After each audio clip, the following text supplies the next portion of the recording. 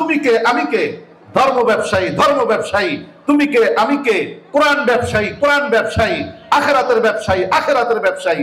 তাহলে ওই যারা বলে যে তোমরা ধর্ম ব্যবসায়ী, ওই কথা বইলা আর সুবিধা হাসিল করার বিকল্প আর কোনো রাস্তা থাকবে না। কথা বলেন ঠিক না বেঠিক? কথা কি বানায় বললাম না কোরআন থেকে বললাম? বানায় বললাম না কোরআন থেকে বললাম? সূরা ফাতিরের 29 এবং 30 নম্বর আয়াত আল্লাহ বলেন, ইন্নাল্লাযীনা ইয়াতলুনা কিতাবাল্লাহ ওয়া আকামুস সালাতা ওয়া আনফিকু মিম্মা রাযাকনাহুম সিররান ওয়া আলানিয়াহ ইয়ারজুনা তিজারাতান লান তাবুর। আল্লাহ তাআলা বলেন, পৃথিবীর মধ্যে কিছু মানুষ আছে যাদের মধ্যে কিছু মানুষ ইমানদার আর কিছু মানুষ হলো বেঈমান। ইমানদারের মধ্যে 3 সিফাতওয়ালা 3 বৈশিষ্ট্যওয়ালা কিছু মানুষ পৃথিবীতে আছে না নাই? বলেন আছে না নাই? 3টে সিফাত, 3টে বৈশিষ্ট্য, 3টা আমল করনেওয়ালা কিছু মানুষ আছে। আল্লাহ বলেন এই 3 সিফাতের মানুষ, 3 বৈশিষ্ট্যের মানুষ, 3টা আমল করনেওয়ালা মানুষ, তারা এমন একটা ব্যবসার মধ্যে আছে, তিজারাতান, এমন ব্যবসা যেই ব্যবসার মধ্যে কোনো ধরনের লস হওয়ার সম্ভাবনা নাই। জোরে বলেন সুবহানাল্লাহ। সম্ভাবনা নেই। সেই 3 ব্যবসা কি কি? প্রথম নম্বর ব্যবসা আল্লাহ বলেন, 1 নম্বরের ব্যবসা হলো কোরআনুল কারীমের তেলাওয়াত। সুবহানাল্লাহ বলেন। 1 নম্বর ব্যবসাটা কি বলেন তো? কোরআনুল কারীমের তেলাওয়াত। আল্লাহ বলেন কোরআন এমন একটা ব্যবসা, কোরআন তেলাওয়াত, কোরআন শিখা, কোরআন পড়া, কোরআন পড়ানো, কোরআনের উপরে আমল করা, এটা এমন একটা ব্যবসা, তিজারাতান, এমন ব্যবসা, লান তাবুর, যেই ব্যবসার মধ্যে দুনিয়া এবং আখিরাতে লস হওয়ার কোনো সম্ভাবনা নাই, শুধু লাভ আর লাভ আর লাভ। আমাদের দেশের কিছু মানুষ আছে যাদেরকে এখন খুব একটা দেখা যায় না, তারা এমনি আমাদের আলেম ওলামাদেরকে দেখলেই বলে ধর্ম ব্যবসায়ী। কথা কয় না? আছে না নাই? আসলে ধর্মটা একটা ব্যবসা, ওরা বুঝে বলুক আর না বুঝে বলুক, ধর্মটা একটা কি বলেন? ব্যবসা।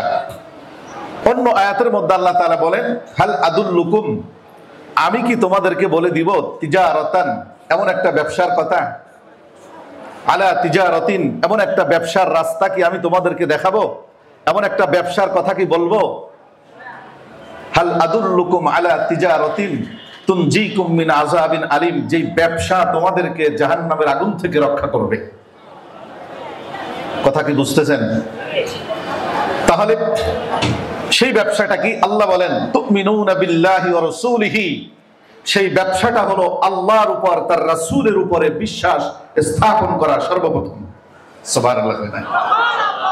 তাহলে আল্লাহ কোরআনে যেখানে বলতেছে যে আল্লাহর উপর বিশ্বাস করা, রাসূলকে বিশ্বাস করা, আখিরাতকে বিশ্বাস করা, এটা ব্যবসা।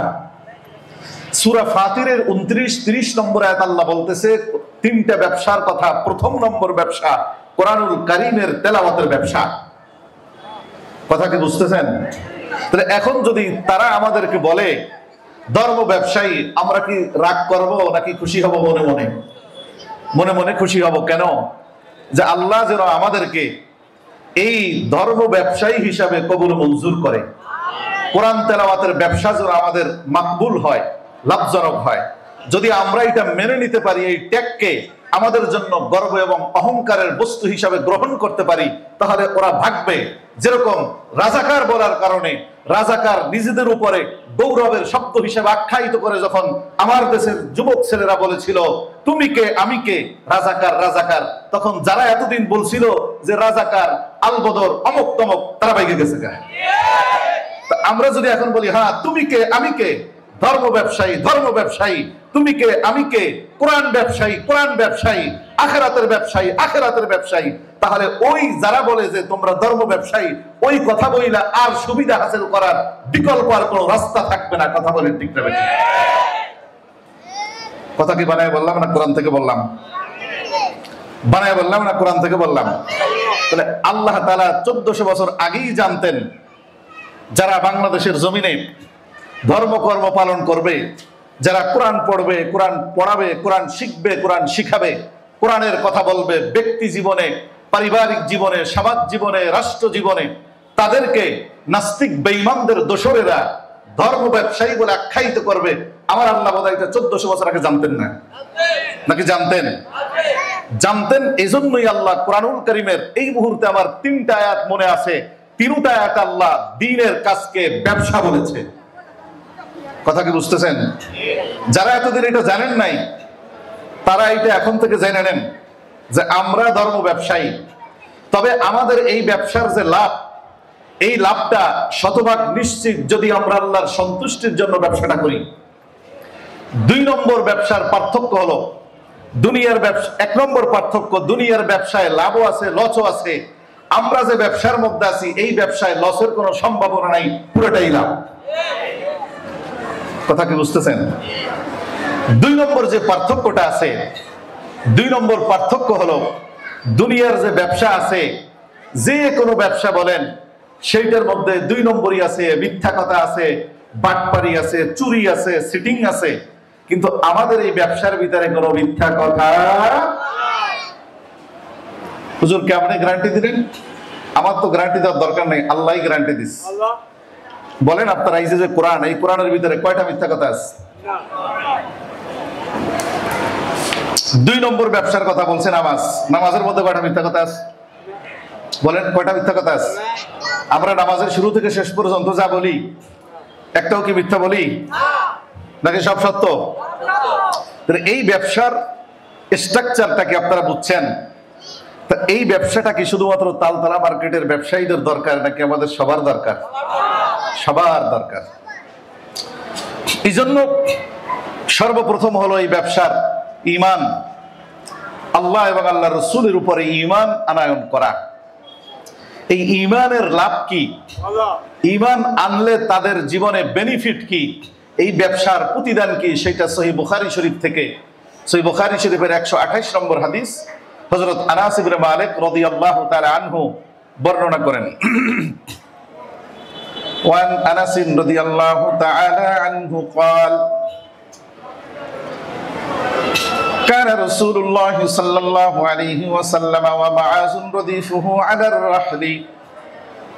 معاذ بن جبل রাসূল করিম সাল্লাল্লাহু আলাইহি ওয়াসাল্লামের সাওয়ারির পিছনে বসা ছিলেন। فقال رسول الله صلى الله عليه وسلم يا معاذ قال لبيك وسعديك يا رسول الله ثم قال يا معاذ قال لبيك وسعديك يا رسول الله ثلاثا। নবীজি সামনে বসা, মুআয ইবনে জাবাল পিছনে বসা। যেমন একটা মোটর সাইকেলে 2 জন মানুষ বসতে পারে, একজন সামনে একজন পিছনে। একটা ঘোড়ার উপরেও 2 জন মানুষ বসতে পারে, একজন সামনে একজন পিছনে। একটা উটের উপরেও 2 জন মানুষ সচরাচর বসে, একজন সামনে একজন পিছনে। বিশ্বনবী সামনে বসা, হযরত মুআয ইবনে জাবাল পিছনে বসা। নবী আমার ডাক দিয়া বলে ইয়া মুআয। মুআয বলে লাব্বাইক ইয়া রাসূলুল্লাহি ওয়া সা'দাইক। নবী, আমি তো আপনার সাথেই আছি, পিছনে আছি, বলেন উপস্থিত। নবী আমার কোনো কথা বলেন না। আবার কিছু দূর গেলেন, কিছু দূর যাওয়ার পরে আবার ডাক দিয়া বলেন ইয়া মুআয।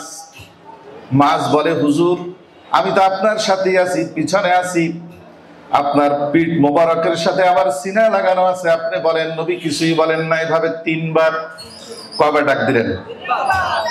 3য় বার বিশ্ব নবী সাইয়্যিদুল মুরসালিন বলেন মা মিন আহাদিন ইয়াশহাদু আল্লা ইলাহা ইল্লাল্লাহ ওয়া আন্না মুহাম্মাদার রাসূলুল্লাহ সিদকাম মিন কলবিহি ইল্লা হারামাহুল্লাহু আলান নার। নবীজি বলেন মুআয ইবনে জাবাল, আমি তোমাকে একটা সুসংবাদ শুনিয়ে দিচ্ছি, আমার উম্মতের মধ্যে এই সুসংবাদটা তুমি পৌঁছাই দিবা। তবে তুমি এখনই পৌঁছাবা না, যেটা হাদিসের শেষ অংশে নবীজি বলেছেন, ও মুআয, তুমি কি জানো মা মিন আহাদিন ইয়াশহাদু আল্লা ইলাহা ইল্লাল্লাহ ওয়া আন্না মুহাম্মাদার রাসূলুল্লাহ। এই পৃথিবীতে যেই মানুষগুলো এই 2টা কথার সাক্ষী দিবে যে আল্লাহ ছাড়া আর কোনো মাবুদ নাই, দুই নম্বর, মুহাম্মদুর রাসূলুল্লাহ ছাড়া আর কোন আল্লাহর প্রেরিত এই আখিরি জামানায় কিয়ামত পর্যন্ত আর কোন পয়গম্বর নাই। ইল্লা হারামাহুল্লাহু আলান নার, এই সাক্ষী দেওয়ার সাথে সাথে তার জন্য চিরস্থায়ীভাবে জাহান্নামের আগুন হারাম করে দিবে কে? নবীজি বলেন, মাস এই দুইটা সাক্ষী দেওয়ার সাথে সাথে তার জন্য চিরদিনের যেই বন্দোবস্ত জাহান্নামে থাকার, সেটার উপরে আল্লাহ তাআলা হারামের সিল মেরে দিবেন, অর্থাৎ এই ব্যক্তি চির জাহান্নামী হবে না। সুবহানাল্লাহ বলেন।